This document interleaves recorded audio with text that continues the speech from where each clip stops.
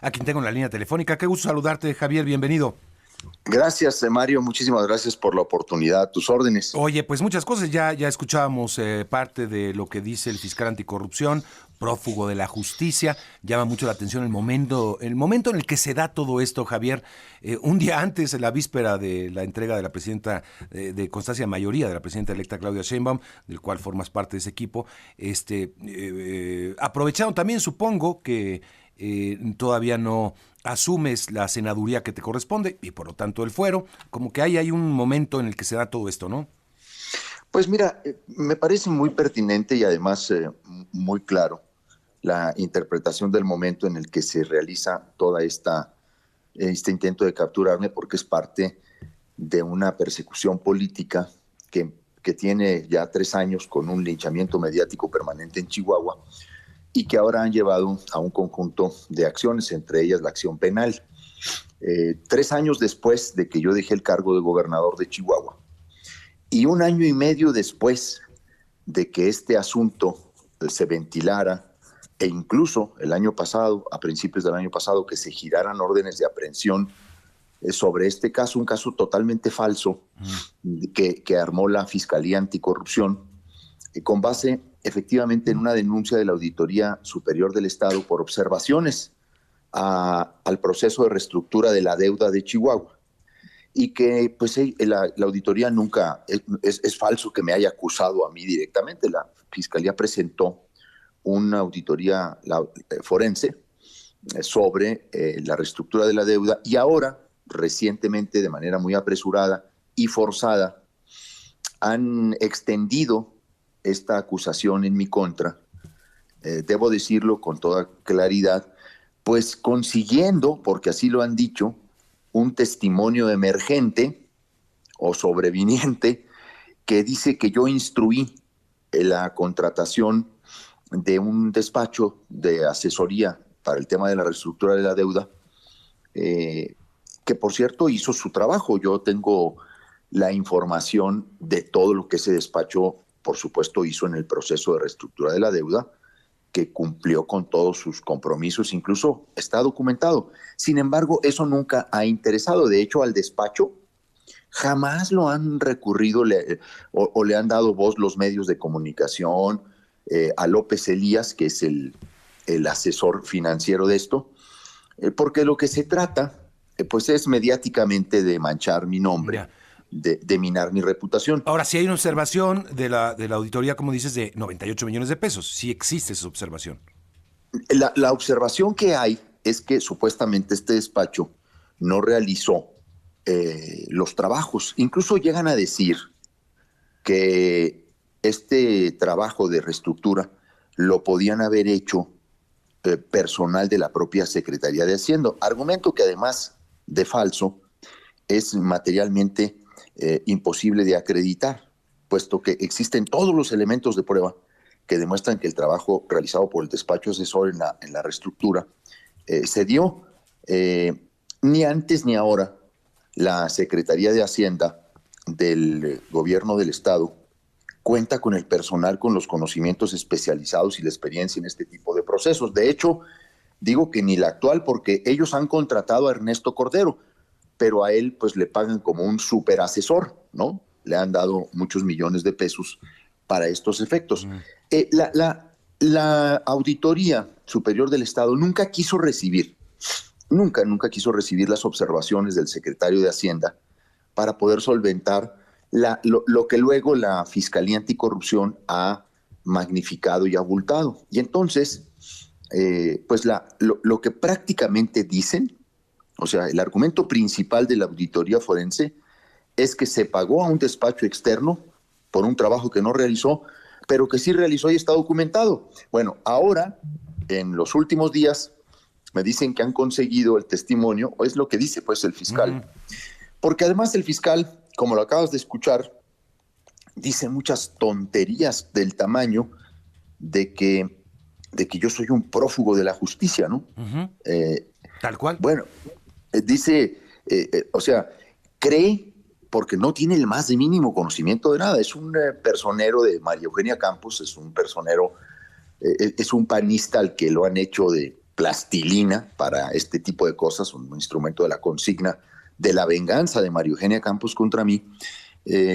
Para ellos, conforme a derecho, el mero libramiento de una orden de aprehensión ya me otorga la calidad de prófugo, pues es un desconocimiento brutal. Ha hecho declaraciones muy delicadas de que yo instruí que se robaran 98 millones de pesos. Mira, es parte de esta revancha del maruduartismo, César Duarte, en el que, por cierto, parte... Sí, después de la operación Justicia para Chihuahua que encabezaste y de... Que también hay nexos con esta operación Zafiro, ¿verdad? Que se realizó y que entonces este esquema de corrupción tan grande. Se me han juntado tres corruptazos, ¿no?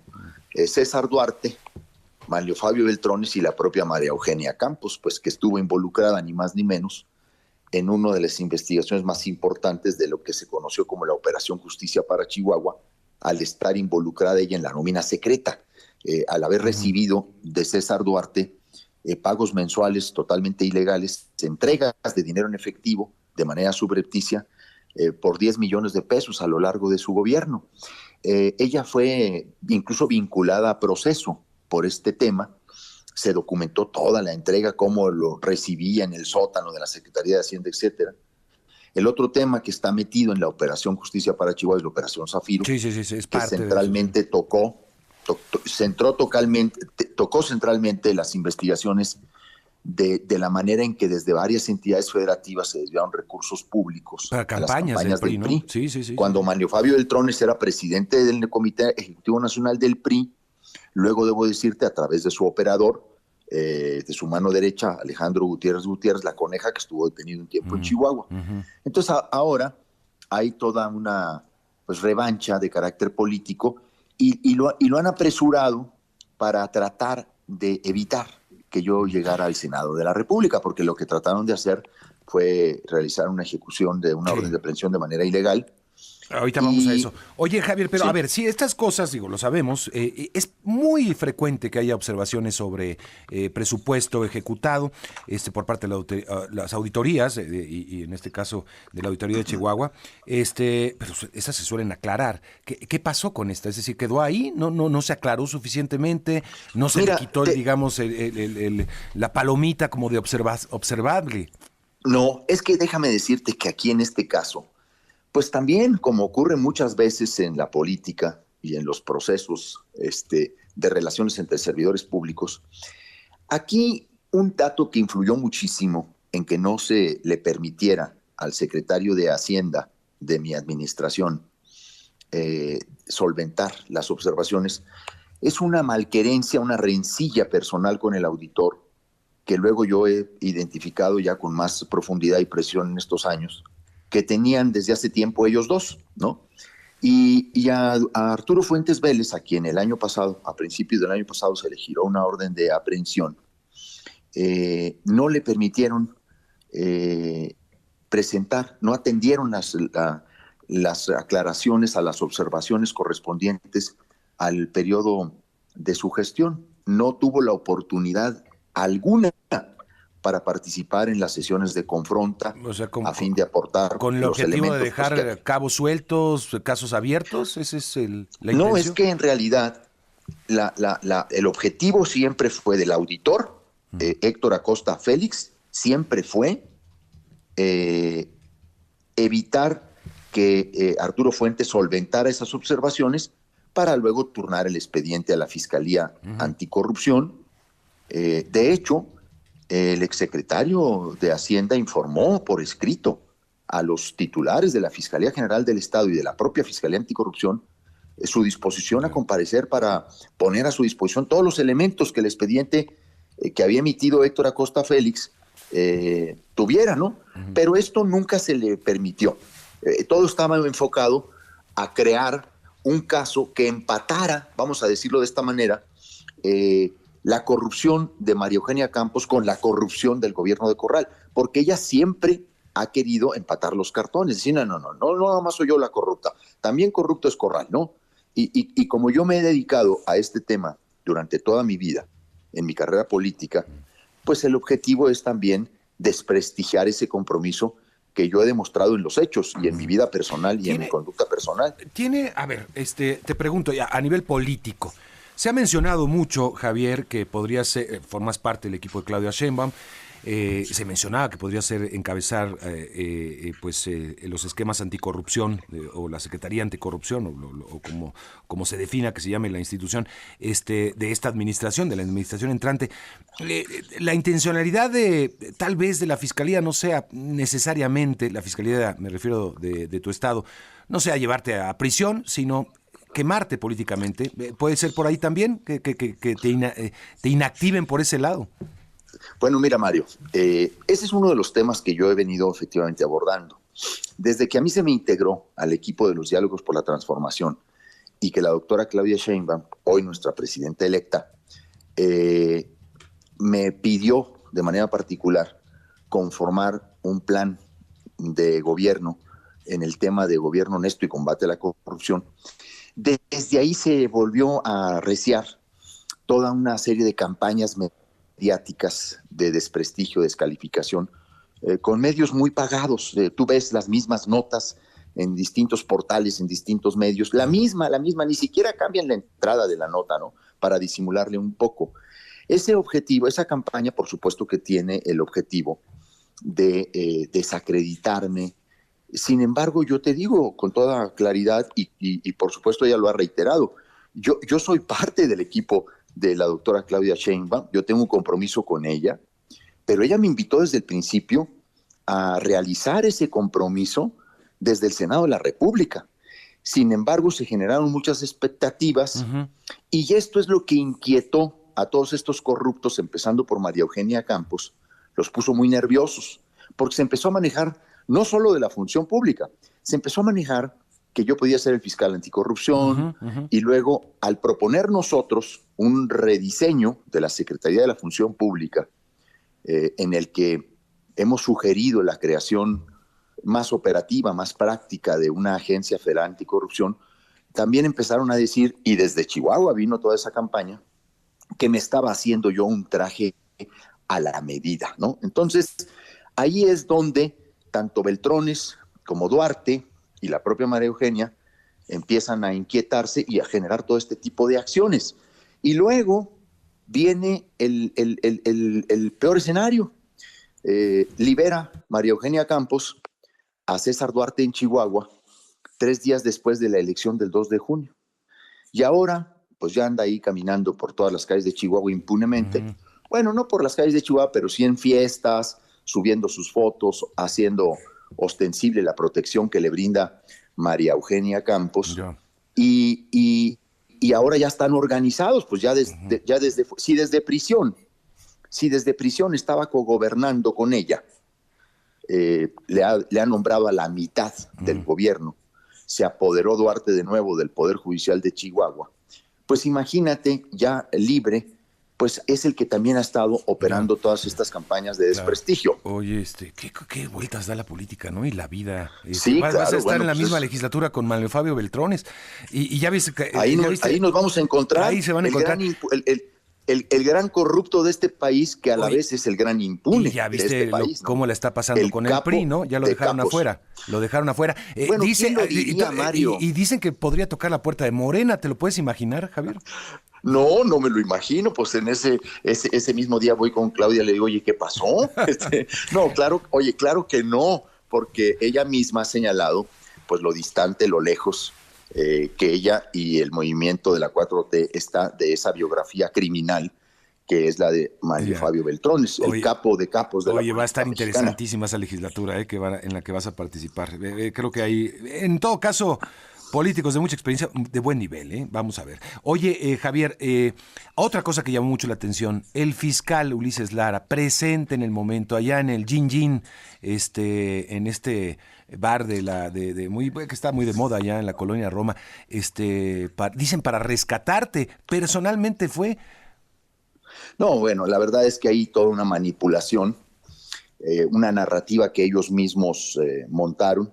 Acuérdate que aquí hubo un componente mediático en esta cuéntame treta. de eso, porque ahí iba. Es decir, también había cámaras de televisión. No, a ver. No había cámaras de televisión. Lo que hubo es que el secretario particular del supuesto fiscal anticorrupción de Chihuahua, ¿no? Abelardo Valenzuela, estuvo filmando y tomando fotografías que le mandaba a Ciro Gómez Leiva para que éste estuviera transmitiendo en vivo y en directo el hecho, porque eso acuérdate que Ciro Gómez Leiva, Ciro Gómez Leiva es muy amigo de Manuel Fabio Beltrones, son es su vecinos, protector, creo, su defensor. ¿no? Creo que son vecinos. No, hombre, son amigos, son aliados. Yo lo digo, la vecindad, porque me parece que con el atentado desafortunadísimo contra Ciro Gómez Leiva, al lugar a donde fue, él lo comenta en algún momento, fue a la casa de Manuel Beltrones. Claro, ¿no? Es más, dice él, exactamente, tienes razón, él mismo reconoce cuando cuenta ese lamentable y cobarde atentado contra Gómez Leiva, el que sea un chayotero tampoco debe llevarnos a celebrar un hecho tan cobarde como ese. Sin embargo, él cuenta al final que efectivamente llega a la casa de Manuel Fabio Beltrones, reconoce que es uno de sus mejores amigos, pero no lo ha hecho esa vez, lo ha dicho otras veces, y su conducta en el noticiero pues es clarísimo. Este día, en este operativo, ellos estaban en componenda con Gómez Leiva, ¿no? Las fotos, allí no había nadie más que la doctora Munadora Buchaín y un servidor, y llegaron los agentes de Chihuahua, no llegó ni un solo policía de la Ciudad de México, no es cierto eso. Yo les dije, a ver, ¿quiénes son aquí los que colaboran de la Ciudad de México en esta? Y fue cuando nos dimos cuenta, pues que realmente ni siquiera estaba completado el proceso de autorización de la ejecución de esta orden, pero nos quisieron sorprender. Sí, Javier, pero estamos de acuerdo. Estoy conversando con Javier Corral, senador electo y ex gobernador de Chihuahua. Digo, la filtración fue, me parece, bastante evidente. Ni siquiera filtración, casi en tiempo real. Parece que da la impresión de que había algo montado. Pero de que estuvo el fiscal ahí estaba presente, montado, eso sí, estuvo presente ahí por una llamada telefónica, acudió.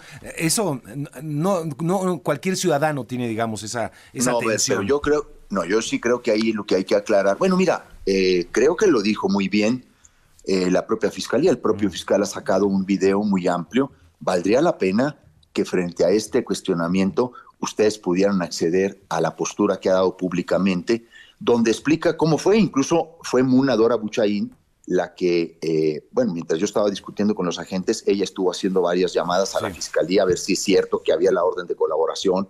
Se explicó todo y él ya ha salido a dar esa nosotros postura. Lo publicamos aquí okay. Ayer mismo lo publicamos. Okay. Sí. Okay. Él narra cómo tu asistente le llama. Eso fue. Sí. Eso fue, y además debo decirte que ya al final, ya incluso ya los agentes de la Fiscalía de Chihuahua ya no estaban ahí.